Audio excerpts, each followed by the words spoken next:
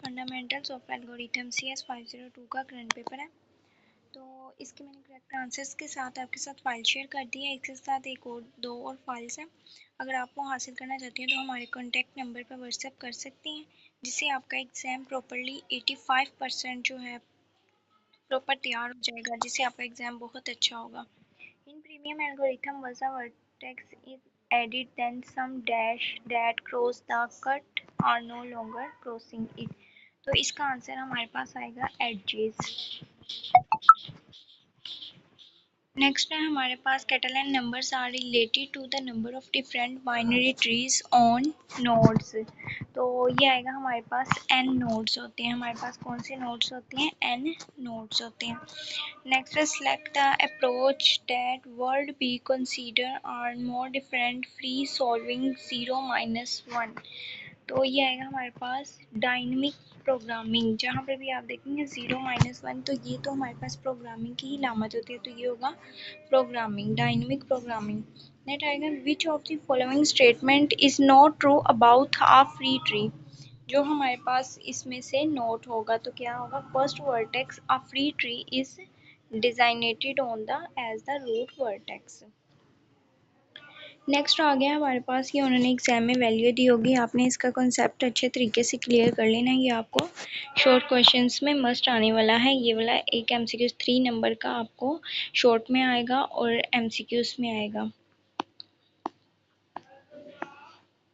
Next ये हमारे पास है minimum spanning tree. Minimum spanning tree हमारे पास कौन सी होती है? पी हमारे पास मिनिमम स्पेनिंग ट्री होता है।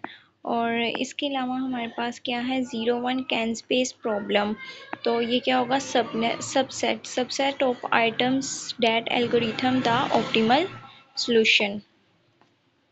इसके अलावा अब हमने इनको बताने कि ये हमारे पास जो उन्होंने ग्राफ दिया हुआ है एडजेसेंट का, इसमें से कौन सा जो है note adjacent in the given below mention graph है। अब इनमें से कौन सा मेंशन नहीं करा, तो हमारे पास 3 और 4, बाकी सब तो इसके साथ मैच है। आपने इसके भी कॉन्सेप्ट्स क्लियर करने हैं, ये शॉर्ट में आपको आ सकता है। तो 3 एंड 4 इसका आंसर है। An adjacency matrix for a graph, ये क्या होगा? Always square in shape. क्या है कि ये क्या होते हैं? स्क्वायर शेप्स के होते हैं। इसके अलावा आ गया in the context of complexity theorem 0-1 can space is in class NPC। पहले हमारे पास था P वाला था, वो था मिनिमम स्पेनिंग ट्री। और इनके आपने कॉन्सेप्ट क्लियर रखने हैं, आपको ज़्यादा MCQs यही आएंगे, P, NP, NPC और N एंड NP में डिफरेंसेस। इसके अलावा ये हमारे पास denotes the time complexity of breadth first search algorithm. और ये आएगा हमारे पास OV+E, आंसर आएगा इसका OV+E। तो the function having complexity ON की बार N belong to P both P and NP classes। क्या आएगा? both P and NP classes। In generic graph traversal algorithm we put edges in the back data structure. The human encoding algorithm is an greedy algorithm। क्या है? human encoding, ये most important MCQs है। human encoding greedy algorithm। By signing अब हमारे पास ASCII है, ये आपको short में भी आना है। और इसके अलावा आपको काफ़ी ज़्यादा आएंगे, इसमें 10 अल्फ़ाबेट्स भी हो सकते हैं। वो कहेंगे ये तो हमारे पास 8 बिट्स का है ना, इसके अलावा हमारे पास 10 अल्फ़ाबेट्स के भी आएंगे, तो वो आपने क्लियर कर लेना है। Premium algorithm builds must by a single tree. Next आ गया हमारे पास human algorithm belongs to space and time wise to polynomial algorithm. Bellman forward is for the single source shortest path और negative edges होने चाहिए इसमें। Adding an edge to a force tree creates a cycle। क्या आएगा हमारे पास? adding edges to free a cycle। In the Dijkstra algorithm, the estimated value of source vertex equal to 0। क्या है हमारे पास? equal to 0। अब ये जो उन्होंने हमें ग्राफ दिया हुआ है, अब हमें ये बताने कि हम ये क्या है, नेगेटिव है पॉजिटिव है। ये नेगेटिव पॉजिटिव तो ये हो नहीं सकता, देखने से ही लग रहा है आपको। तो ये क्या होगा? Negative cycle. नेक्स्ट आ गया हमारे पास in the source vertex and V is the destination vertex path V and, तो ये क्या होगा theta S and V. In sorting algorithm नहीं, in greedy algorithm once the chosen made it is never undone in greedy algorithm। अब आप brute force नहीं, ये heuristic is a strategy for producing a valid solution। Next है हमारे पास the codeword assign to characters that no codeword in the prefix, क्या है post fix नहीं, ये आंसर इज अ रॉन्ग है, हमारे पास है प्रीफिक्स। ये आंसर फर्स्ट वाला इसका करेक्ट है, प्रीफिक्स ऑफ एनी अदर।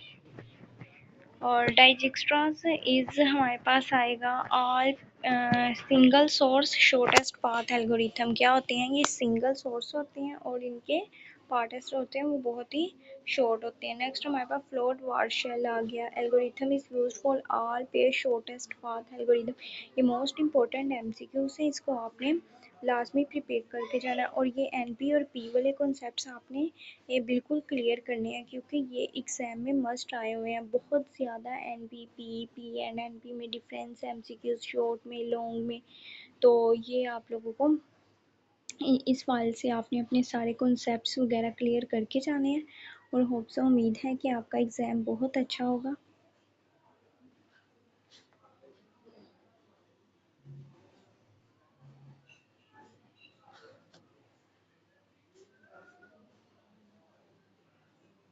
इसके अलावा अगर आप फाइल्स जो हैं वो 2 से 3 फाइल्स और हैं इसी तरह की, तो आप अगर अपना 90% पेपर कवर करना चाहती हैं तो व्हाट्सएप नंबर पर कांटेक्ट कर सकते हैं। सिर्फ ये जस्ट यही फ़ाइल करने से आपका पेपर जो है वो कवर हो जाएगा, आपको किसी भी फ़ाइल करने की ज़रूरत नहीं होगी।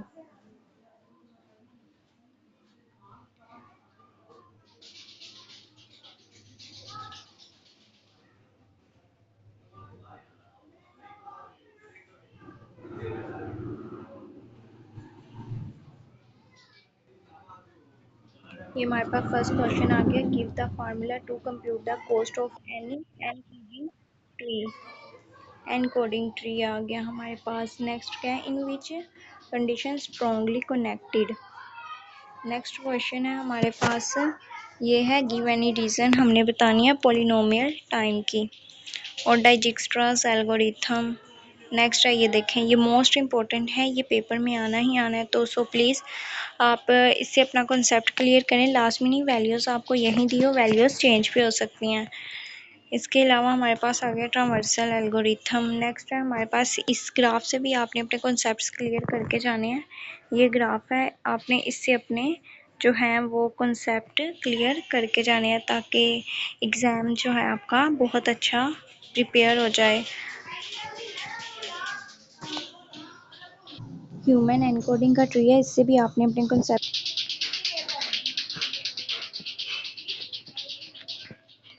सो आज की वीडियो हमारी यहीं तक थी। सो अल्लाह हाफिज़, thank you so much. Video को फुल वॉच कीजिएगा, लाइक सब्सक्राइब और दोस्तों के साथ इस वीडियो को शेयर करें ताकि सब अच्छे से अच्छे मार्क्स ले सकें। सो अल्लाह।